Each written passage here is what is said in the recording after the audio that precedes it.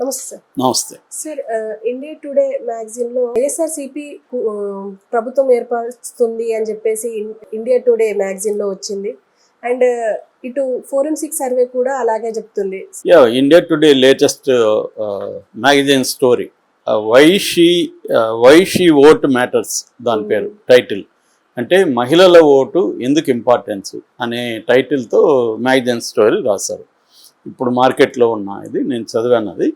So అందులో లోపల ఇంకొక స్టోరీ ఉంది దాంట్లో భాగంగా. అదేంటంటే a tough fight on Jagan's hands అని టైటిల్ పెట్టారు. టైటిల్ పెట్టి మొత్తం దాన్ని ఎక్స్ప్లెయిన్ చేశారు. అందులో వాళ్ళు చెప్పింది ఏంటంటే జగన్ ఖచ్చితంగా అధికారంలోకి వస్తాడని వాళ్ళు చెప్పలేదు. టఫ్ ఫైట్ ఉంది జగన్కి, చంద్రబాబు టఫ్ ఫైట్ ఇచ్చాడు, అయితే ఎడ్జి జగన్కే ఉంది అనేది వాళ్ళు చెప్పింది. అంటే మొగ్గు జగన్ వైపే ఉంది. దీనికి కారణం ఏంటంటే మహిళల ఓట్లు. వాళ్ళ శీర్షిక అది కదా, వాళ్ళ కవర్ స్టోరీనే మహిళా ఓటు ఎందుకు కౌంట్ అనేది. ఎందుకంటే మహిళా ఓట్లు ఎక్కువ ఉన్నాయి ఆంధ్రప్రదేశ్లో. రెండోది మహిళలు పెద్ద ఎత్తున మగవాళ్ళ కంటే కూడా ఎక్కువ వచ్చి ఓట్లు వేశారు. సో మహిళలకు ఎందుకు జగన్ అంటే పథకాలు రకరకాలుగా, దాని ఏమంటారు, అమ్మఒడి కావచ్చు, లేకపోతే వాళ్ళకి డ్వాక్రా రుణాలు ఇవ్వడం కావచ్చు, ఆసరా కావచ్చు, ఇలా రకరకాల పథకాలు మహిళలకు అనుగుణంగా ఉన్నాయి. రెండోది మధ్య ఆరామస్తాను కూడా మాట్లాడుతూ చాలామంది మహిళలు కూడా మేము వెళ్ళినప్పుడు గ్రామీణ మహిళలంతా కూడా చాలా తెలివిగా మాట్లాడుతున్నారు.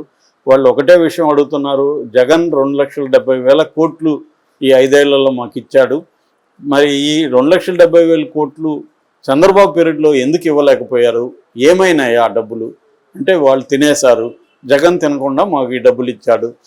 రెండవది చంద్రబాబు పీరియడ్లో జన్మభూమి కమిటీలని అవని ఇవని మధ్యలో తినేసేవాళ్ళు, మమ్మల్ని వేధించేవాళ్ళు. ఇదేమీ లేకుండా మా అకౌంట్లోకి వచ్చి డైరెక్ట్గా పడిపోతుంది, మేము ఎవరి మీద డిపెండ్ అవ్వట్లేదు. అలాగే మా ఇంట్లో ముసలి వాళ్ళు ఉంటే వాళ్ళకి ఇంటికి తెచ్చి మరీ ఇచ్చేసిపోతున్నారు. వర్షం వచ్చినా పిడుగులు పడినా ఏం జరిగినా మనకి 1వ తేదీకి వాలంటీర్లు వచ్చి ఇచ్చేసిపోతున్నాడు అని వాళ్ళు చెబుతున్నారు అని చెప్తున్నారు. సో అందువల్ల మహిళా ఓట్లు లాస్ట్ 2 అవర్స్లో ఎక్కువ పడిందని కూడా పివిఎస్ శర్మ అనే ఇంకొక సెఫాలజిస్ట్ కూడా అనలైజ్ చేశాడు. ఈ లాస్ట్ 2 అవర్స్లో అంటే 6 గంటలకి వచ్చి నిలబడి 6 గంటల లోపల క్యూలో 11 దాకా, కొన్ని చోట్ల 2 దాకా కూడా నైట్ వేశారు మహిళలు. సో కాబట్టి ఇదంతా కూడా వాళ్ళకి ఒక భయం స్టార్ట్ అయింది. ఎక్కడ మళ్ళీ చంద్రబాబు వచ్చేస్తే మనకి 5 ఏళ్ళు ఈ డబ్బులు ఆగిపోతాయి, సో మళ్ళీ మనం కష్టాల్లోకి వెళ్ళాలా ఇది అనేది ఒకటి. రెండవది ఏంటంటే గవర్నమెంట్ స్కూల్స్లో వాటిని డెవలప్ చేయడం, దాదాపు 38,000 స్కూల్స్ని ఆధునీకరించాడు జగన్. సో అట్లాగే ఇంగ్లీష్ మీడియం ప్రవేశపెట్టాడు. సో ఇంటర్నేషనల్ ఏజెన్సీల ఆధ్వర్యంలో ఎడ్యుకేషన్ని మానిటరింగ్ చేస్తున్నారు. సో దీనివల్ల జగనే వస్తే ఇప్పుడే ప్రవేశపెట్టారు కాబట్టి ఇది ఇంకొక 5-10 ఏళ్ళు ఉంటే మన పిల్లలు మంచిగా ఇంగ్లీష్లో ఇదవుతారు, వీళ్ళకి లైవ్లీహుడ్ మంచి జాబ్స్ వస్తాయి అన్న ఒక హోప్ క్రియేట్ అయింది. దానికి ఇంకొక కారణం ఏంటంటే వైఎస్ఆర్ ఉన్నప్పుడు కూడా ఫీజు రీయింబర్స్మెంట్ లాంటివి అమలు అవ్వడం వల్ల పిల్లలు చాలామంది, ముఖ్యంగా బీసీలలో అనేక మంది హయ్యర్ ఎడ్యుకేషన్కి వెళ్ళడానికి అది బాగా హెల్ప్ అయింది. సో అలాగా జగన్ ప్రవేశపెట్టిన ఈ పథకాలు, ఫీజు రీయింబర్స్మెంట్ కూడా జగన్ ఇంకా ఎఫెక్టివ్గా చేస్తున్నాడు. అట్లాగే ఆరోగ్యశ్రీ 10 లక్షలు ఉన్నది 25 లక్షలకు చేశాడు.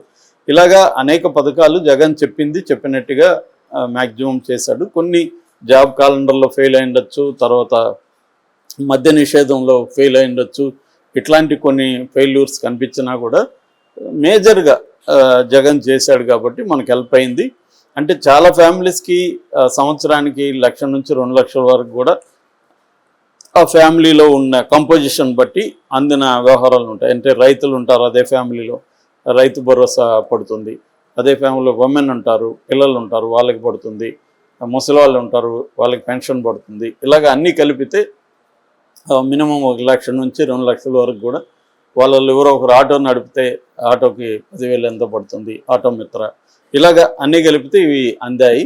సో దీనివల్ల మహిళలందరూ పెద్ద ఎత్తున ఓటు వేశారు. సంక్షేమ పథకాలు ఖచ్చితంగా హెల్ప్ అయినాయి. ఈ అభివృద్ధి లేకపోతే ఈ ల్యాండ్ టైటిలింగ్ ఇది పెద్ద ఎఫెక్ట్ చూపించలేదు అనేది ఇండియా టుడే విశ్లేషణ. సో దాన్ని బేస్ చేసుకొని జగన్ గెలుస్తాడని అంటున్నారు. నిజానికి వాళ్ళు జగన్ గెలుస్తారని ఏమి చెప్పలేదు, ఎడ్జ్ ఉందని మాత్రమే చెప్పారు. టఫ్ ఉంది ఇద్దరికి, అందుకనే టైటిలే టఫ్ బ్యాటిల్ అని పెట్టారు.